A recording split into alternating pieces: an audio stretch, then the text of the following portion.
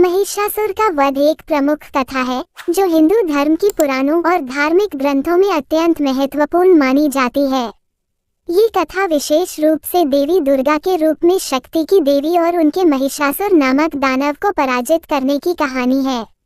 इस कथा का वर्णन देवी भागवत, मार्कंडेय पुराण और दुर्गा सप्तशती में विस्तार से किया गया है। महिषासुर का वध शक्ति, साहस और बुराई पर अच्छाई की जीत का प्रतीक है, जो हर साल नवरात्रि के दौरान विशेष रूप से पूजा और श्रद्धा के साथ मनाया जाता है। महिषासुर का जन्म और उत्पत्ति। महिषासुर का जन्म असुर कुल में हुआ था। उसके पिता एक असुर थे और माता एक भैंस थी। इसी कारण महिषासुर का शरीर आधा मानव और आधा भैंस का था। अपनी माता की तरह महिषासुर में भी भैंस जैसी शक्तियां और विशेषताएं थीं। वह अत्यंत शक्तिशाली, बलवान और अविनाशी था। अपनी असाधारण शक्तियों के कारण वह अपनी जाति के अन्य असुरों के बीच उच्च स्थान पर था और उन्हें अपने अधीन करके देवताओं से बदला लेने की इच्छा रखता था। महिषासुर को बचपन से ही अपार शक्ति और योग्यता का आभास था और उसमें देवताओं के प्रति द्वेष की भावना विकसित हो गई थी। अपनी शक्ति का बढ़ावा पाकर उसने तय किया कि वह स्वर्ग पर अधिकार कर देवताओं को पराजित करेगा और स्वयं को सर्वोच्च बनाएगा।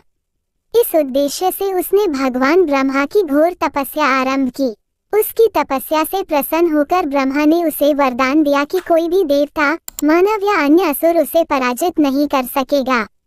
इस वरदान ने उसे अजेय बना दिया और वह स्वयं को अमर समझने लगा। महिषासुर का आतंक। ब्रह्मा के वरदान के बाद महिषासुर का अहंकार चरम पर पहुंच गया। उसने स्वर्ग पर आक्रमण कर दिया और देवताओं को परास्त कर दिया। इंद्र, वरुण, अग्नि, यम और अन्य प्रमुख देवता उसके सामने असहाय हो गए। महिषासुर ने स्वर्ग में अपना राज्य स्थापित कर लिया और वहां के देवताओं को अपमानित करने लगा। उसने इंद्र का सिंहासन छीन लिया और खुद को देवताओं का राजा घोषित कर दिया। इस तरह स्वर्ग में असुरों का राज स्थापित हो गया और देवता निर्वासित हो गए। महिषासुर ने न केवल स्वर्ग पर अधिकार किया, बल्कि उसने पृथ्वी और पाताल पर भी अपना प्रभाव बढ़ा दिया। उसके अत्याचार से समस्त त्रिलोक, स्वर्ग, पृथ्वी और पाताल में हाहाकार मच गया। पृथ्वी पर रहने वाले लोग, ऋषि मुनि और देवता उसके क्रूर शासन से त्रस्त हो गए। महिषासुर के अत्याचार से पूरा ब्रह्मांड पीड़ित हो गया और कोई भी उसका सामना करने की हिम्मत नहीं कर पा रहा था। देवताओं का सहारा। महिषासुर के अत्याचार से पीड़ित देवताओं ने भगवान विष्णु और महादेव भगवान शिव के पास जाकर सहायता की प्रार्थना की। उन्होंने अपने दुखों को विष्णु और शिव के समक्ष रखा और उनसे आग्रह किया कि वे महिषासुर के आतंक से उन्हें मुक्ति दिलाएं। देवताओं की विनती सुनकर भगवान विष्णु और भगवान शिव ने अपनी शक्तियों का उपयोग करके एक नई देवी की सृष्टि करने का निश्चय किया। ये देवी महाशक्ति, देवी दुर्गा के रूप में जानी गई। देवी दुर्गा का प्रकट होना। भगवान विष्णु, शिव और अन्य देवताओं ने अपनी अपनी शक्तियों को मिलाकर एक अद्भुत और दिव्य शक्ति का निर्माण किया, जिसका नाम दुर्गा रखा गया। देवी दुर्गा को अद्वितीय शक्ति और साहस प्रदान किया गया। उन्हें शक्ति का रूप मानकर समस्त देवताओं ने उन्हें विभिन्न प्रकार के अस्त्र शस्त्र दिए। विष्णु ने उन्हें चक्र दिया, शिव ने त्रिशूल और इंद्र ने वज्र प्रदान किया। देवी दुर्गा का रूप अत्यंत अद्भुत और भयावह था और उनके चेहरे पर एक दिव्य तेज था। दुर्गा ने देवताओं को आश्वासन दिया कि वे महिषासुर को पराजित कर देवताओं को उनके अधिकार वापस दिलाएंगी। उनके अद्भुत रूप और उनकी प्रतिज्ञा को देखकर देवताओं को विश्वास हो गया कि अब महिषासुर का अंत निकट है। देवी दुर्गा ने अपनी सेना का नेतृत्व करते हुए महिषासुर की सेना पर आक्रमण किया। महिषासुर और दुर्गा का युद्ध। महिषासुर ने जब सुना कि एक देवी ने उसे पराजित करने का साहस किया है, तो वह क्रोधित हो गया। उसने अपनी असुर सेना को देवी दुर्गा के विरुद्ध युद्ध के लिए भेज दिया। देवी दुर्गा ने अपनी शक्ति और कौशल से असुरों की सेना का संहार किया। उनके वार से अनेक असुर मारे गए और महिषासुर के साम्राज्य में भगदड़ मच गई। महिषासुर ने स्वयं देवी दुर्गा के सामने आकर युद्ध करने का निश्चय किया। वह एक भैंस के रूप में देवी के सामने आया और उन पर हमला किया।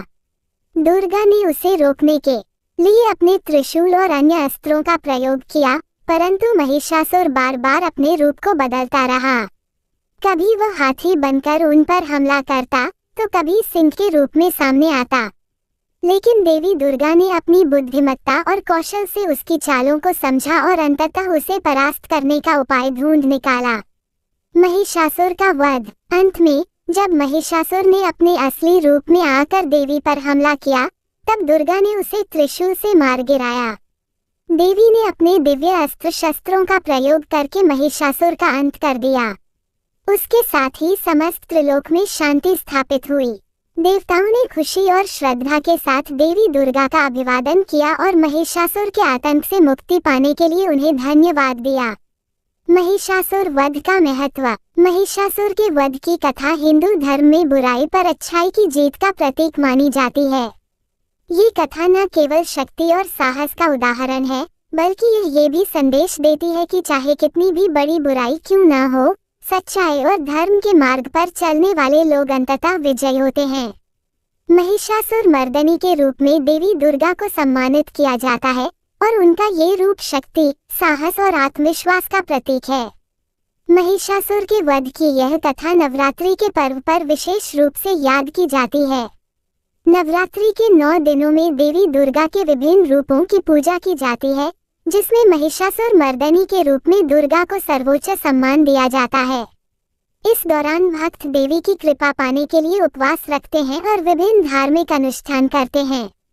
महिषासुर के वध का पर्व बुराई पर अच्छाई की जीत और न्याय की स्थापना के रूप में मनाया जाता है। निष्कर्ष। महिषासुर का वध देवी दुर्गा के साहस, शक्ति और संकल्प का प्रतीक है। ये कथा हमें ये सिखाती है कि अत्याचार, अधर्म और अहंकार का अंत निश्चित है और सच्चाई और धर्म का मार्ग हमेशा विजय की ओर ले जाता है। महिषासुर मर्दनी के रूप में देवी दुर्गा को हर साल नवरात्रि के समय पूजा जाता है और उनके इस रूप की आराधना कर भक्त अपने जीवन में शक्ति, साहस और धैर्य की प्रेरणा प्राप्त करते हैं। महिषासुर के वध की यह कहानी हमारे समाज में बुराई के अंत और अच्छाई की विजय के महत्व को दर्शाती है।